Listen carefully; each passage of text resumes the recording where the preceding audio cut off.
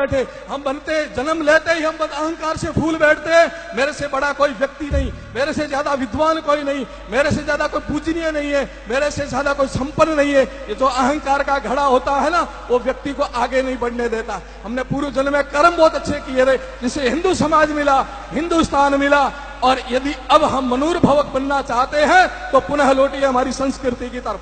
आइए ऋषियों के चरणों में, आइए शास्त्रों के पास में, और आपको मनुष्य बना करके आपकी जीवन की यात्रा को आगे शुरू करेंगे। बस आज जो झगड़ा है मनुष्य का, वो केवल मात्र इस बात है कि हम मनुष्य बनना नहीं चाहते, हम लखपति बनना चाहते हैं, करोड़पति बनना चाहते हैं, हम नेता बनना चाहते हैं, हम अभिनेता बनना चाहते हैं, परंतु हम मनुष्य बनना नहीं चाहते। मनुष्य वो बनता है जिसके जीवन में त्याग हो, मनुष्य वो बनता है जो सेवा करके सर्वोपरि अपने को मानता है। मैं 4 कोटेशन आपको कहना चाहता हूं। देवता कौन, ऋषि कौन, मनुष्य कौन, राक्षस कौन और दानव कौन? देवता वो यो ददाति स देव, वो जो सब कुछ देने की क्षमता रखते हैं वो देव होते हैं। रामदेव जी, बाबू जी, गोगा जी, अन्य कितनों के नाम ले लें, जिन्होंने धर्म, संस्कृति, गाय सबके लिए अपने प्राणों को न्योछावर किए हुए सब देवता आज लोक देवताओं के रूप में पूजे जाते हैं। मनुष्य कौन? आप कहेंगे हम सब लोग मनुष्य नहीं, मनुष्य वो नहीं जो यहाँ सेवा करोति सह मनुष्य, जो सेवा करने में अपने को सदा तत्पर रखता है, वो मनुष्य की श्रेणी में आता है। क्या हम लोग सेवा करते हैं? तो हम मनुष्य सेवा करके भी सजना कभी भी फल मत चाहना।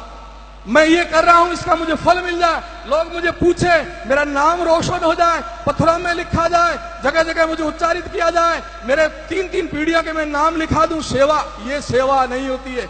सेवा के पीछे आप फल की इच्छा मत रखना, तो वो सेवा आपको बहुत बड़ा फल देगी। और सेवा करके यदि आप कुछ फल की चाह ना रखो तो वो सेवा सौदे में बदल जाएगी, वो सेवा सेवा नहीं रहेगी।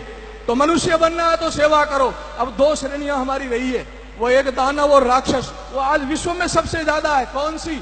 दानव, यानी शोषण करने की जो प्रेरणा, भाई का भी खा जाऊं, पड़ोसी का खा जाऊं, दूसरे की दुकान अच्छी चल रही उसकी कैसे मैं डाउन कराऊं, ये जो वृत्तियां हैं ये सारी की साथ दानव वृत्तियां होती है, ये मनुष्य की वृत्तियां नहीं है। शोषण करना, यह शोषण करोति सा दानव।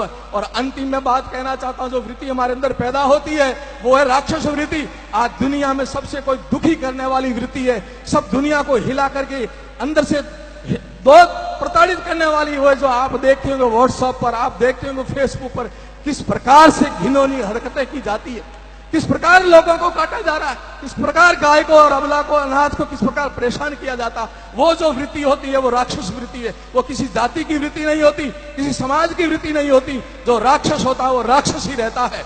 और आज हम सब लोग दुनिया में इन राक्षसों से परेशान हो गया। जगो ऋषियों की औलादे, जगो इन संतों के शिष्यों, जगो देवताओं की औलादे, इन राक्षसों के मुंह बंद करने हैं। इन राक्षसों को जवाब देना है कि मनूर्भव, मनुष्य बनो, तो पुनः भारत की धरती पर आओ, हिंदुस्तान की संस्कृति को स्वीकार करो, हिंदुत्व को स्वीकार करो। और अंत में मैंने कहा था कि गर्व से कहो हम राजस्थानी हैं। पूरे विश्व को देखो और एक भारत को देखो, बरोबर की बात है। मैं हम पूज्य बाप जी से निवेदन कर रहा था कि बाबू जी विदेश की यात्रा का प्रतापपुर जी कोई जरूरत नहीं है। क्यों? कि भारत पूरे को देख लो और पूरी दुनिया को देख लो। मैंने बाबू जी को प्रणाम करके कहा, मैंने बाबू जी बिल्कुल 100% सही बात है। भारत के अंदर कौन सा ऐसा क्षेत्र है, देखिए भौगोलिक स्थिति से, पठार यहाँ, नदियां यहाँ, जंगल यहाँ, बर्फ यहाँ, रेगिस्तान यहाँ, 12 मास बरसात होने वाला क्षेत्र यहाँ। दुनिया में ऐसा कोई देश नहीं। भारत को देख लो, पूरी दुनिया को देख लिया। ठीक इसी प्रकार यदि भारत को देखना है तो सबसे पहले राजस्थान को देख लो आप। राजस्थान का ऐसा कौन सा क्षेत्र है जिसको देखने से आपका भारत का स्वरूप नहीं दिखता है? राजस्थान में भी यही स्थितियां, कहीं पठार है, कहीं नदियां हैं, कहीं जंगल है, कहीं झरने हैं, कहीं रेगिस्तान है, कहीं कुछ है। तो ये सारा का सारा स्वरूप पूरा का पूरा मेरे राजस्थान के अंदर समर्पित होता है। और राजस्थानियों को देख लो, पूरे हिंदुस्तानियों को देख लो आप, जिसके सर पर पगड़ी हो, मूसा पर तान हो और गर्व से कह के मैं राजस्थानी हो, तो वो संस्कृति में धरा से जुड़ी हुई आवाज निकलती है। हिंदुस्तानी की पहचान ये होती है जिसके सर पर चोटी हो, मुझे तुलसाराम जी बाप जी विराजे, जनेऊ जिसके गले में हो, चोटी जिसके सिर पर हो, वही हमारा प्रतीक है कि हिंदुस्तानी की पहचान क्या है। अरे मित्रों, मुझे थोड़ा शर्मिंदा मत करो आप, चोटी रखने से शर्म मत करो आप।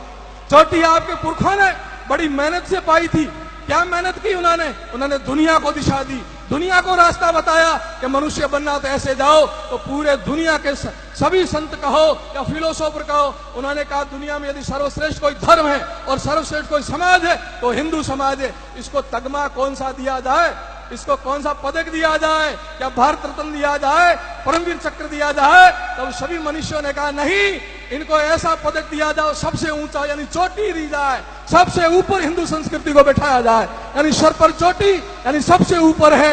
इतनी परिश्रम करके ली हुई है चोटी, इतना बड़ा तगमा लिया हुआ, और हम यूं ही कटाते जा रहे, फैशनेबल बने जा रहे। नहीं, फैशन तो चोटी रखने में अपना वो पूर्वजों की दी हुई चीज, चोटी गर्व से रखो, जनेऊ गर्व से धारण करो, तिलक गर्व से लगाओ, घर में पवित्रता बनाए रखो। और अंततः मैं कहना चाहता हूं कि यदि मनुष्य बने रहना है और केवल मात्र अपने को बचना है तो एकमात्र बात है, खुद पर गर्व करो, अपनी संस्कृति पर गर्व करो और अपने बच्चों को उस रास्ते पर चलाओ।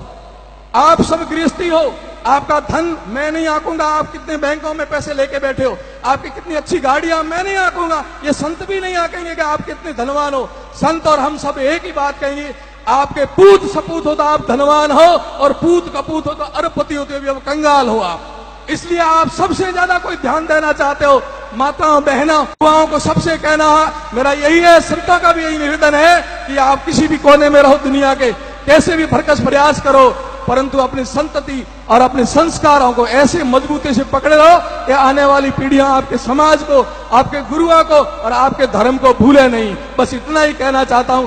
बाकी आपकी जो तपस्या, लग्न, आपकी निष्ठा और मेहनत देकर के हम सब लोग गदगद हैं।